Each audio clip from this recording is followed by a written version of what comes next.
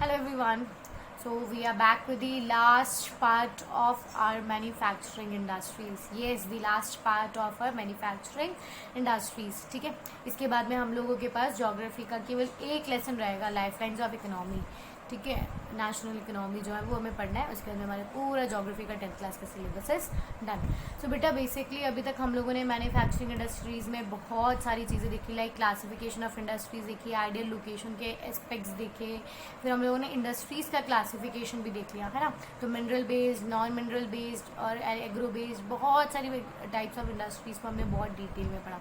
ठीक है, अब लास्ट चीज़ आपको पता है क्या समझने की ज़रूरत है यहाँ पे, कि जो इंडस्ट्रीज़ है वो अपने साथ में, ठीक है, ऐसा नहीं कि केवल जीडीपी के कंट्रीब्यूशन में हमें काम आ रही है, वो हमारी ग्लोबल वार्मिंग में, ठीक है, इन्वायरमेंटल हजार्ड्स में भी बहुत अच्छे तरीके से कंट्रीब्यूट कर रहे हैं. देखो अब इसको पढ़ के और समझने की कोशिश करो.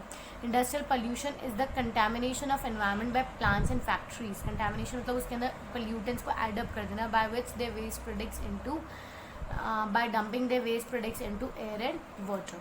अब इसको समझने की कोशिश करो वापस से. क्या समझोगे कि इंडस्ट्री जो है, ठीक है, अब वो अपने साथ जब लाइक प्रोडक्शन एक्टिविटी करती है तो वो स्मोक को एमिट करती है. वो कहाँ चला जाता है? एयर में चला जाता है. वो बहुत सारा लाइक वेस्टेज मटेरियल जो होता है, जो उनके लिए वेस्ट होता है, वो उसे कहाँ डग आउट कर देती है? रिवर्स में, वाटर बॉडीज़ में, है ना, लैंड पे. तो उसकी वजह से क्या होता है, वाटर एज वेल एज ये लैंड जो है वो भी कंटिन्यूसली ख़राब हो जाती है. तो इंडस्ट्रियल पोल्यूशन को अगर आप समझने की कोशिश करोगे तो आप उसको कैसे डिफाइन करने वाले हो? Although industries contribute significantly to India's economical growth. ठीक है, यही चीज़ हमने डिस्कस करी कि इंडिया इकोनॉमिकल ग्रोथ के लिए भी वो कंट्रीब्यूट कर रही है एंड डेवलपमेंट. और वो किस चीज़ के लिए और भी कंट्रीब्यूट कर रही है? पॉपुलेशन में भी काफ़ी कंट्रीब्यूट कर रही है, जिसकी वजह से हमें काफ़ी इन्वायरमेंटल हजार्ड्स फेस करने पड़ रहे हैं. Okay, industries are responsible for what all kind? Noise pollution, air pollution, water pollution, land pollution and environmental degradation. ठीक है, तो हम लोग एयर पोल्यूशन से स्टार्ट करते हैं. सी, अब एयर पोल्यूशन से आप कैसे समझोगे? Industries can also cause air pollution. Of course we know कि देखो कितना स्मोक दिख रहा है यहाँ पे भी आपको. Industrial pollution can also impact air quality as it given out chemical components and gases in the air. अब आपको भी सीधी बात पता है बेटा कि जो अब हम कार्बन वगैरह ये सब, जो कोल वगैरह जो ये बर्न कर रही है, पेट्रोलियम वगैरह जो इंडस्ट्रीज बर्न करती है, तो वो अपने बाद में एक रेसिडुअल मास जो है उसको छोड़ देती है. और मतलब वो जो केमिकल कंपोनेंट है वो जाकर के बाद में एयर में मिक्स हो जाते हैं. अब उसकी वजह से जो हमारी क्वालिटी ऑफ एयर है वो सस्टेन नहीं रह पाती है, वो बहुत ज़्यादा गिर जाती है. ठीक है, तो आपको ये बहुत अच्छे से पता है, आपने बहुत बेसिकली ये टर्म्स पढ़ी हुई है कि भाई वाटर पोल्यूशन क्या होता है, नॉइज़ पोल्यूशन क्या होता है, लैंड पोल्यूशन क्या होता है ना. तो हम कुछ वापस इसको केवल 2 मिनट में समअप कर लेते हैं, बाकी लेसन हमारा कंप्लीट है.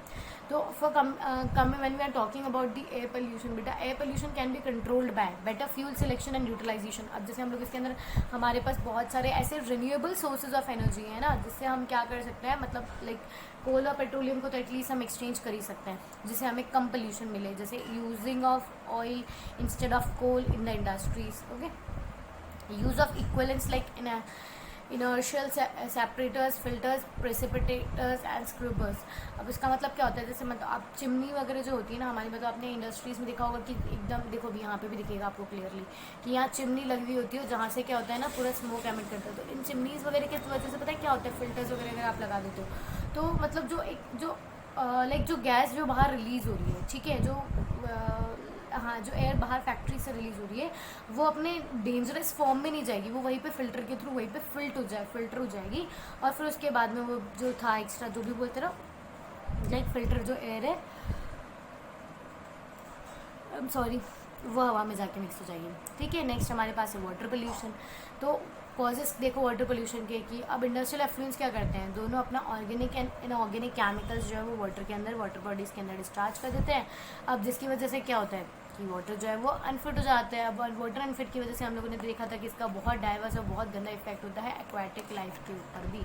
हमारी लाइफ को तो, हमारी हेल्थ को तो ये एडवर्स इफेक्ट देता ही है, साथ में एक्वाटिक लाइफ को भी बहुत बुरी तरीके से डैमेज पहुँचाता है. Paper, pulp, textile, chemical, petroleum refining, tannery, electroplating आदि major industries creating water pollution. Okay, remedies देखो बेटा, अब इसमें treatment of industrial liquids can be done in 3 phases. अब आप इसको कैसे कैसे कर सकते हो। सबसे पहला तो प्राइमरी ट्रीटमेंट दो वाटर को, ठीक है, जो मैकेनिकल प्रोसेस होता है। सेकंड ट्रीटमेंट है बायोलॉजिकल प्रोसेस, और थर्ड ट्रीटमेंट है tertiary treatment by biological, chemical and physical process which includes recycling of waste water. मतलब ये एक पर्टिकुलर बेटा वेस्ट वाटर के मैनेजमेंट प्रोसेस आपको दी हुई कि आप उसमें कभी लाइक मैकेनिकल प्रोसेस के अंदर आप देखो बहुत जेनेटिक चीज़ से ये चीज़ें समझ में आ रही है कि मैकेनिकल प्रॉब्लम में क्या, जहाँ आप मशीनरी वगैरह का यूज़ करते हो और जो बहुत ज़्यादा लाइक जो बहुत ज़्यादा टॉक्सिक मटेरियल होता है ना पानी से, उसको असाइड कर लेते हो। ओके, जो ऐसा लगता है कि हाँ जो ये वाटर जो है वो दैट इज़ नॉट कंटेमिनेटेड और इसको हम लोग रिलीज़ कर सकते हैं, ठीक है, वो उसको वापस पानी को छोड़ दिया जाता है। सेकेंडरी के अंदर biological, like you depend upon the like अगर मैं बात करूँ बायोलॉजिकल क्या होता है, आपने प्रेसिपिटेशन की चेन पड़ी हुई है ना, वाटर साइकिल पड़ा हुआ है, तो वो एक ऐसा मेथड होता है बेटा जहाँ पे हम लोग जो डैमेज या बहुत गंदा पानी जो होता है ना उसे भी हम लोग नेचुरल वे के अंदर फिल्टर कर सकते हैं। So these are some basic things जिनके अंदर आप जो या लाइक रेमेडीज जो हम सोच सकते हैं कि वाटर को किस तरीके से लाइक पोल्यूशन फ्री या जो पोल्यूटेड हो चुका है उसको भी हम किस तरीके से रिसाइकिल कर लें। लैंड के बारे में आपको अच्छे से पता है, हम पहले ही लैंड पोल्यूशन को बहुत अच्छे से समझ चुके हैं, हम लोगों ने रिसोर्सेज वाले चैप्टर के अंदर उसको डील किया था, ठीक है। तो अब लास्ट हमारे पास क्या रह चुका है, नॉइज़ पोल्यूशन। अब नॉइज़ पोल्यूशन आप बोलोगे कि मैम कैसे होता है, तो बहुत सिंपल सी चीज़ है, बहुत बेसिक चीज़ आप भी समझते हो कि जो इंडस्ट्रीज़ होती है वो ऐसा तो नहीं है ना कि केवल ठीक है उसने स्मोक एमिट कर दिया या फिर जो वेस्ट मटेरियल था वो वाटर में डग आउट कर दिया। तो ड्यूरिंग दैट प्रोसेस बेटा जो मशीनरी की वजह से जो आवाज़ वगैरह क्रिएट होती है that is unfit for animals also. Okay, see arises from industry and means of transportation causes impartment of hearing. These are the basic things that makes you understand कि किस तरह से एक इंडस्ट्री जो है वो नॉइज़ पोल्यूशन भी create कर रही है। इसको स्टॉप करने का या इसको ओवरकम करने की रेमेडीज़ कौन कौन सी है, collection of waste from different places, dumping and disposing of waste by land fillings, recycling the waste for use. तो ये सारे बेसिक हम लोगों ने अभी तक केवल देखे। सी दीज, अब आपको नॉइज़ पोल्यूशन के लिए आप तो क्या केवल रेमेडी लगा सकते हो कि ठीक है